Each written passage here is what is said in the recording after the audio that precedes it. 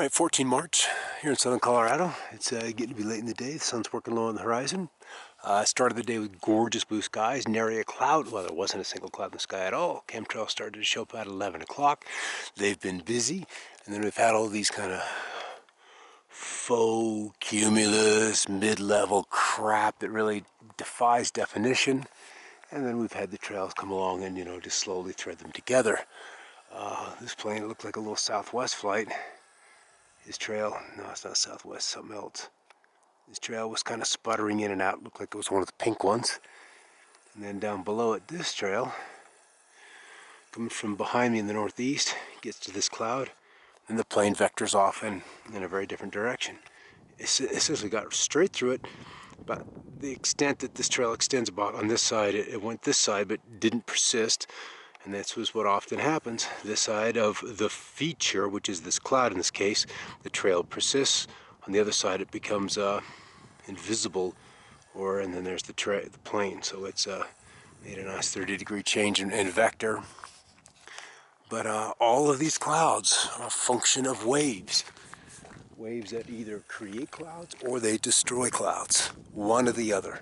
On a typical day, this would be a wholly cloud-free day. None of these clouds should be here in any form.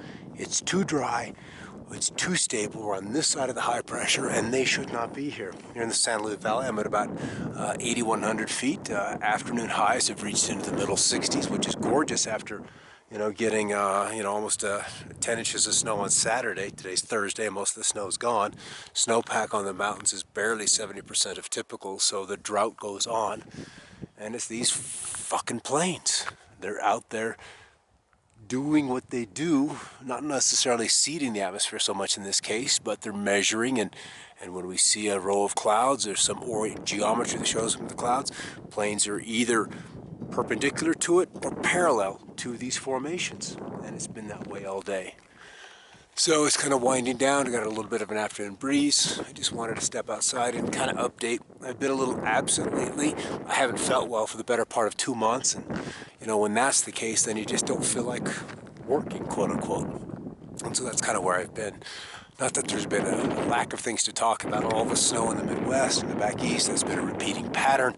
And every heating degree day that is generated by this cold weather is money back into the oil companies, back into the natural gas companies.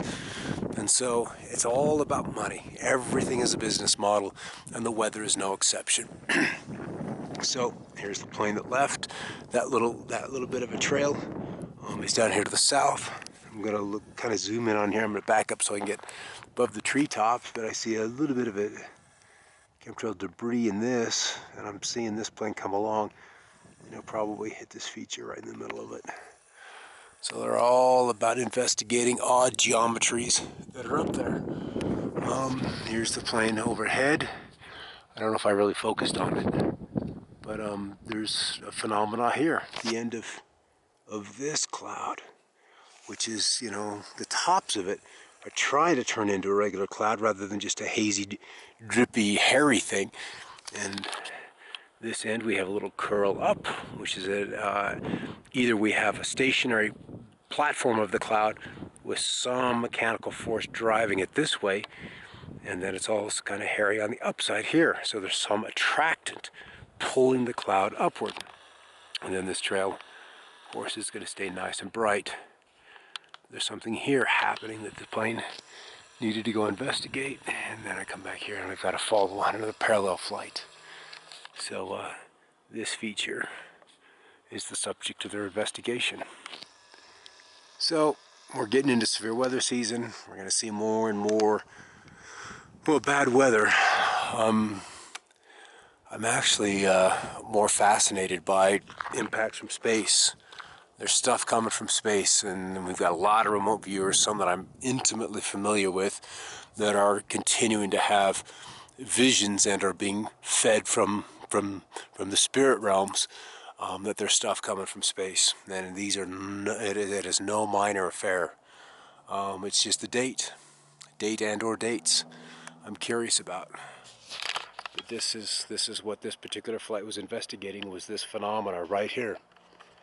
And that's why the trail has remained lit. It's still glowing right there. And so this other plane, its target was this cloud formation right there. So it's all about surveillance as to what the atmosphere is doing. Some of it is they're investigating what is happening thermodynamically. Honestly, most of it is happening in the etheric realm. That's where the power resides. That's why the power leader are just deathly afraid of us figuring out that there's free energy there. And God forbid we learn to tap it. And then we don't need Shell Oil, we don't need BP, we don't need Phillips, we don't need them at all. Someday, humanity will graduate to that realization, and then there'll be no stopping it. In any case, keep looking up, guys. Just a quick gander out my western window, and with all of these flat clouds we've seen over the course of the day, excuse me, here's one. There we go. Here's one where we've had 2 ticks, 2 chemtrail marks. Interested in that cloud. Here's another one that's being freshly laid down. Came across the top of this cloud right here. It touched this end. From that point, the trail begins to persist. And so, I don't know why this formation is valuable to them, but it is. And I'd like to see when this chemtrail program began in the 70s and 80s, how they allotted the importance of their flights. But to this day and age, they seem to have just so many planes. I mean, we're talking hundreds, several hundreds, if not 1,000 plus. And I'm really thinking we're probably in the 1,500 plus aircraft in this North American continent, working this agenda of marking off, measuring, and applying HARP solutions, orgon solutions, resonance technology, kymatics. All of these things have a part to play in this weather modification game. And because it's global, and because there's so much money involved in it, they're out here working. And so these planes are flying. See, here's waves. You can see this waveform right here. And so that's where these waves begin, where this trail ticks off right here. Here's the trail, boom. And then to the north of it, there's the waves. So I'll be curious to see if these waves get a little more pronounced over the coming minutes. This is what I've observed time and time and time again over the years, is that where the planes are is where the weather manipulation begins or is happening in real time. Here's our waves, just moments later. The attendant trail, marking the beginning of this wave. Pan down a little bit, and here's another marking chemtrail. A segment there, just off the top of this very shallow, thin cloud deck. Just running the top. And so these powders are going to get pulled down into the cloud. And then the cloud will scintillate from space as they look at either the aluminum or strontium or barium, whatever filter they want to look through, whatever one has been left behind by this trail, this cloud will glow with that metallic particle for hours to come. And then here's our waves, continuing to gather intensity. Interesting. These are the kind of funky clouds that really lack definition, lack a type of cloud. Within the cumulus, altocumulus, or cirrostratus family, they really have no categorization. And these planes today have been darting through them left and right.